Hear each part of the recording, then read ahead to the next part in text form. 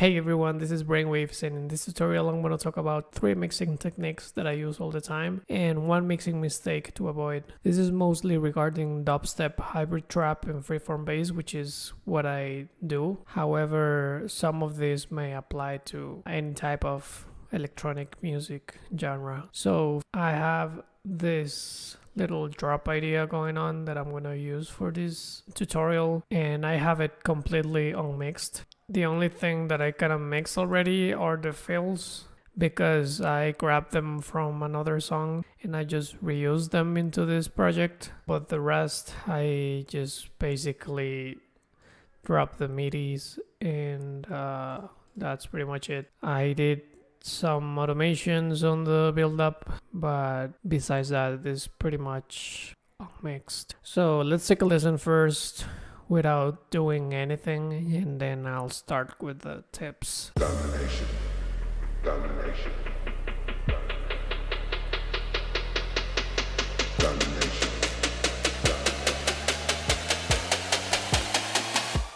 Domination.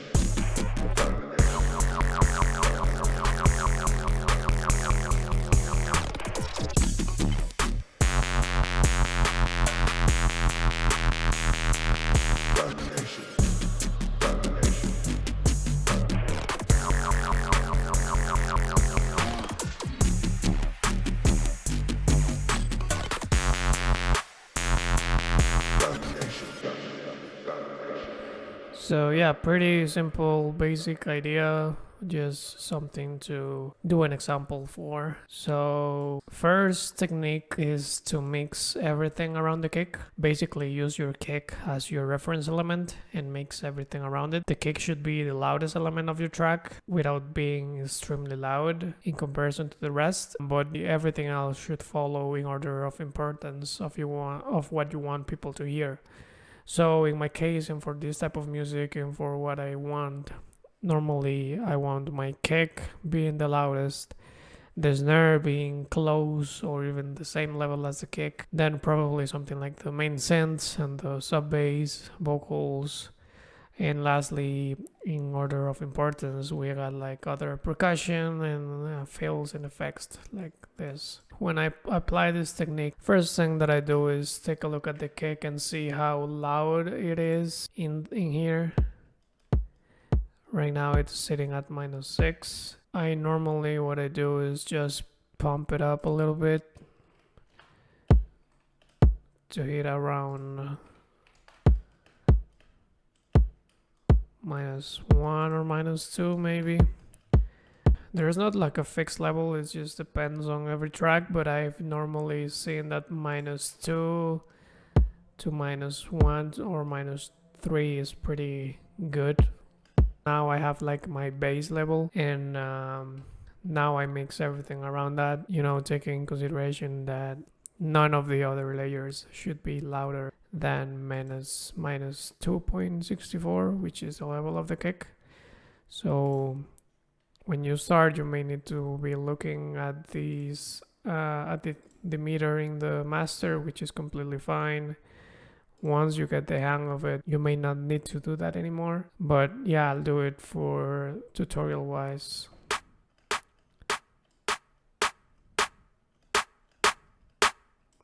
So you're noticing that I have a rack going on here already. That's because this is my Ableton template, and I have some things already placed just to do things easier for me.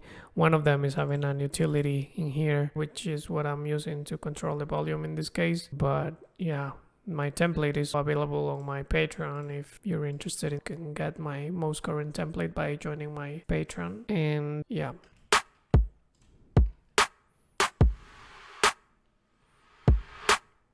So that's sounding pretty good to me. Now let me take a look at the hi-hats. I'm just adding every element one by one in here and just seeing how it fits with the kick, basically.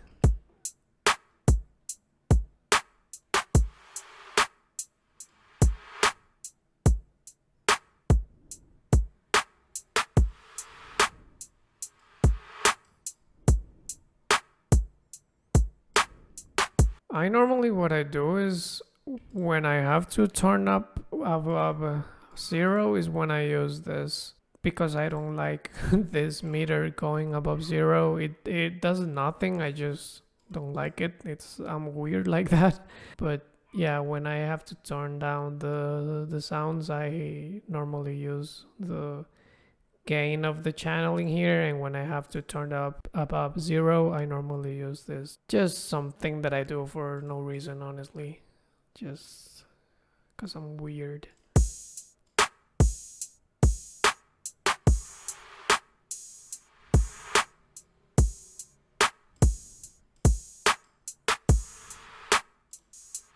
I'm just making the drums sound good level wise for me. That's basically all that I'm doing.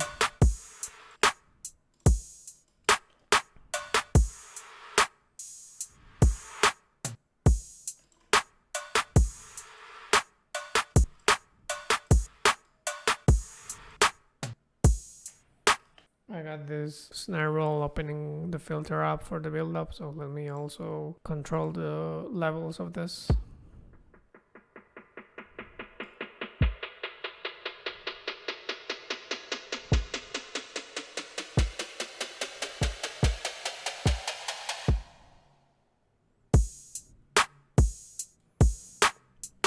All that I'm doing is just checking in contrast with the kick and making sure that it's on an appropriate volume. It may take some ear training, but yeah, just practice with it. Now let's go into the synths. I think this could be a bit louder.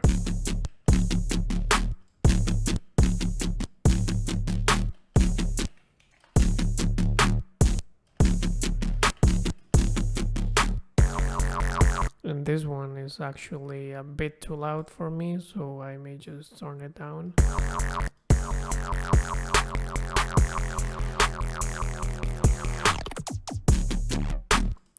This could be louder, I think.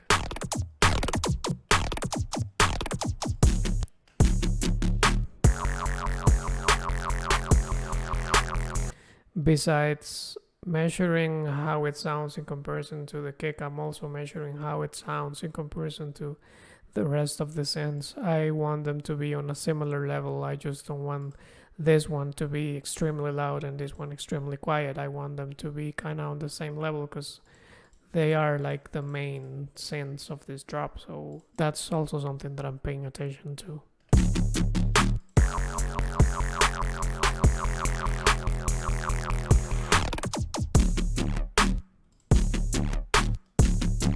I think that's fine.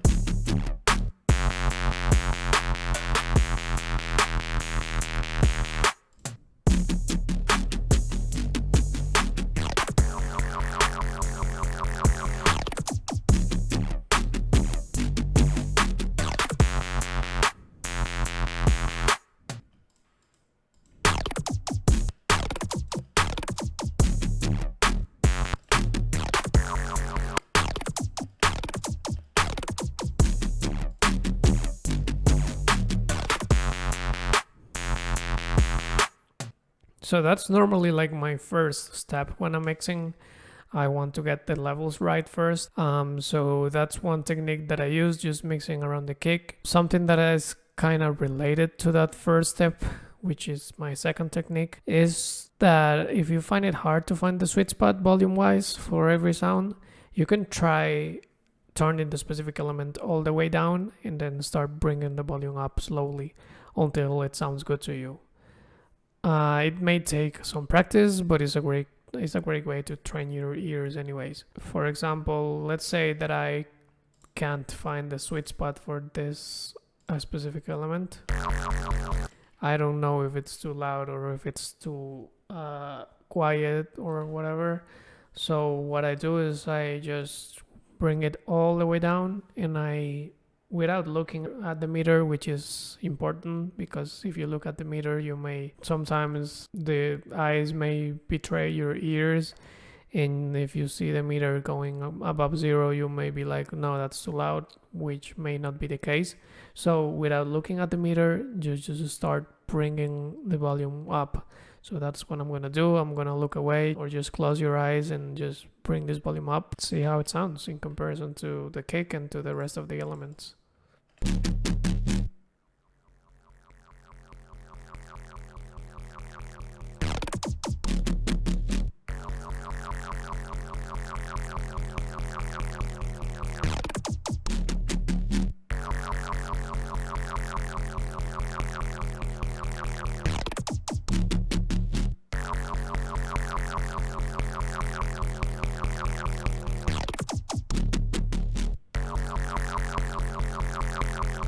So I'm thinking that around there is good.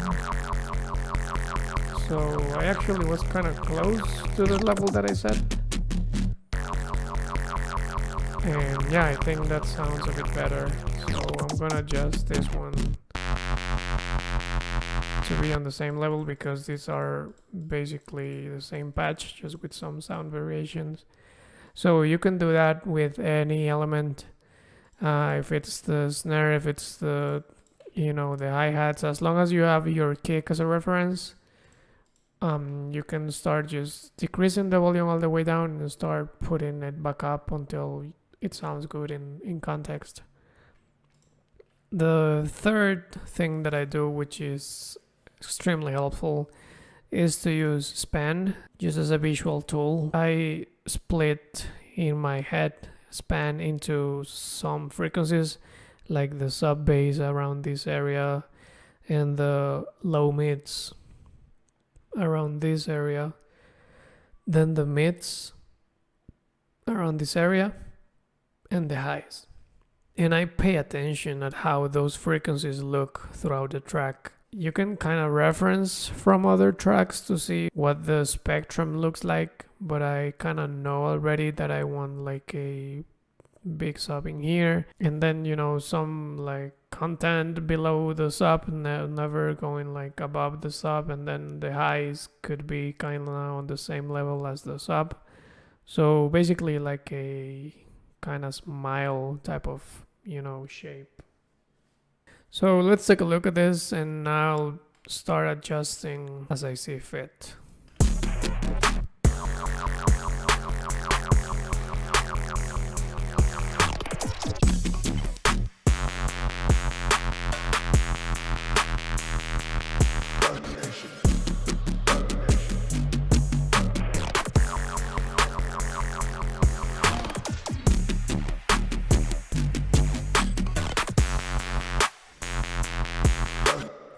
Alright, so a couple of issues that I'm noticing is that sometimes the low mids are going above the level of the sub, and sometimes the sub is not being like as loud as I would like it to be. So what I mean is, like in here for example, this peak is way too loud and may make things muddy when things get mastered. This could also be a problem, this high peak in the mids, and the high end is kind of looking okay.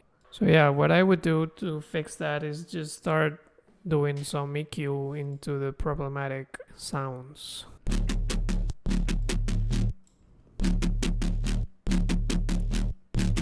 So this sound has some peaks on the low mids, which are a bit too loud, and also it's kind of missing a bit on the mids. It could have a little bit more of mids. So I actually kind of pre-mixed this before starting the tutorial, because I just don't want this to be extremely long. And so I kind of have some EQs ready to go. But I'm gonna explain what I did. Basically, in this EQ, I'm fixing the peaks on the low mids, and I'm increasing a little bit of the mids. So take a look at this.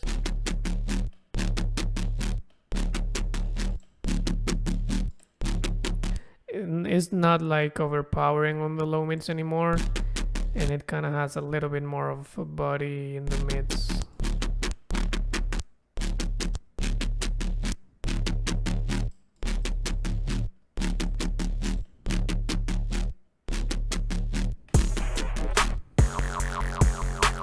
Now this one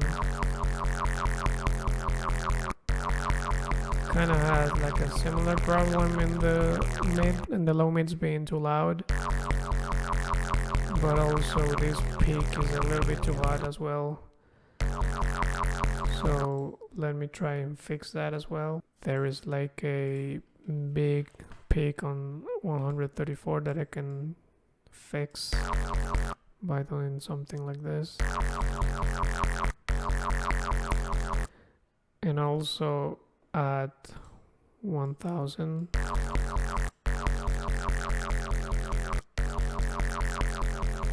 And even it could add a little bit more of highs, so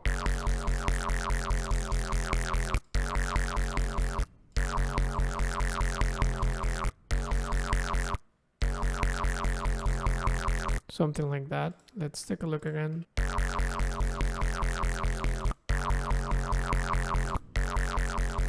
And throughout this process, I'm gonna be going back to the beginning of the drop and listen all of it and listen it from the beginning just to see how the spectrum looks in comparison to every sound. So that's something that I try to do. I try to visually match the spectrum from the sounds of one section, like the call in here, for example, to look and hence sound similar to the ones of the other section, like the response in here, for example.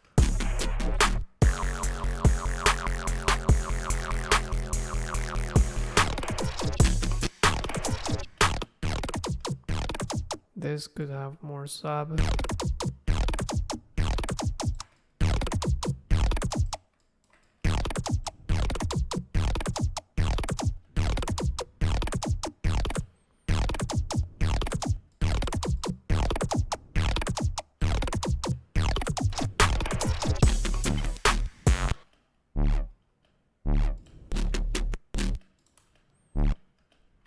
And this one I actually don't want the sub to be in there because this sound already have some sub bass in there.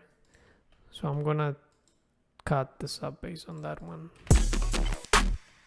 and just leave the 300 and above area. And now that I did that, it kind of loses some volume, so I'm gonna increase it back up.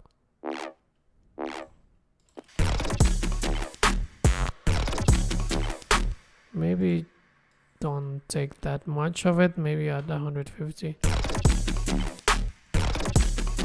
So we still have some body in the low mids. Yeah, it sounds better.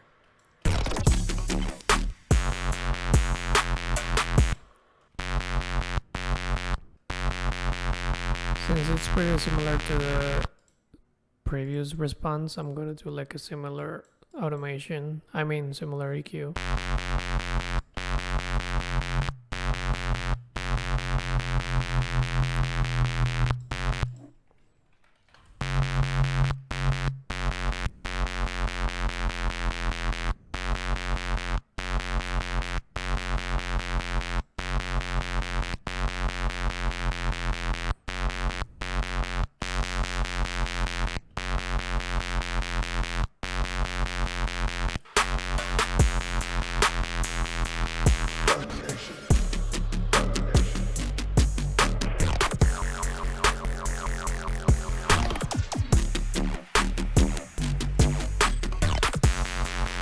Since I did some modifications with the EQ, it's now sounding a bit too quiet for me, so I'm gonna pump it up a tiny bit.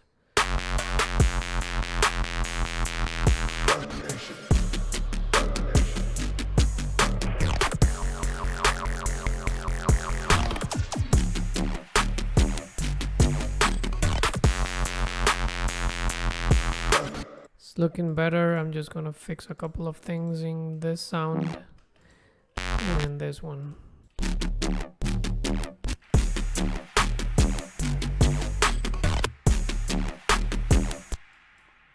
This one I think could have a bit less of low mids.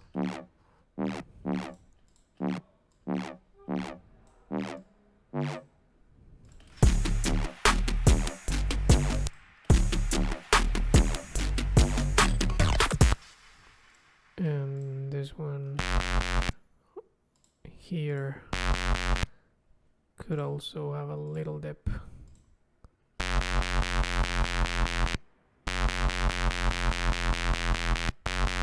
At 1/16, around there.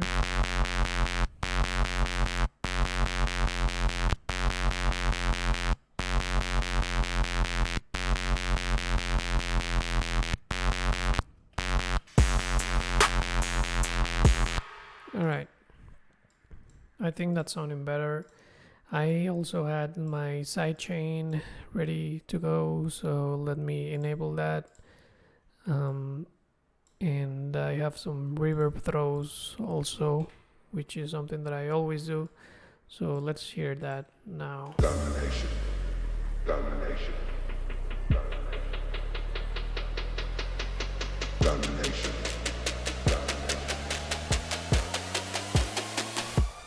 Domination.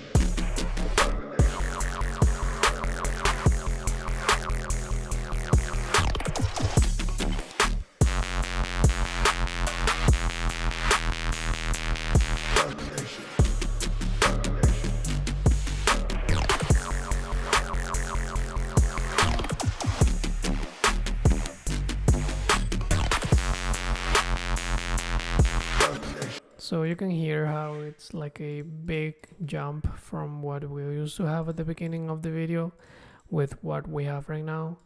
It sounds way more balanced. The kick and snare are coming through.